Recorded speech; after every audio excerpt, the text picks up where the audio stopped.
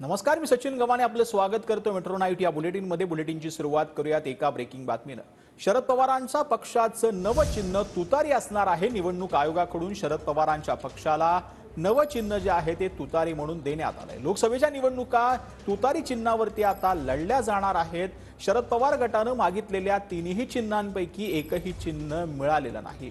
कब्बशी, वटवृक्ष आणि शिटी या तीन चिन्हांचा पर्याय जो आहे तो शरद पवार गटाकडून देण्यात आलेला होता निवडणूक आयोगाकडे, परंतु निवडणूक आयोगाकडून शरद पवार गटाला जो आहे तो आता नवं चिन्ह जे आहे ते तुतारी देण्यात आलेली आहे। राष्ट्रवादी काँग्रेस पक्ष शरदचंद्र पवार शरद पवारांच्या या पक्षाला आता नवं चिन्ह तुतारी असणार आहे। पुढच्या लोकसभा निवडणुकांमध्ये तुतारी चिन्हावरती आता शरद पवारांच्या पक्षातील उमेदवारांना लढावं लागणार आहे।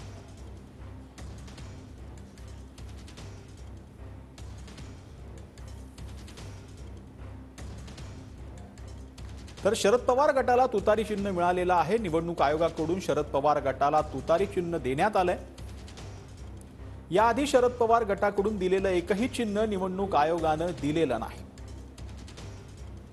याआधी कब्बशी, वटवृक्ष आणि शिटी हे तीन पर्याय शरद पवार गटानं निवडणूक आयोगाला सुचवलेले होते।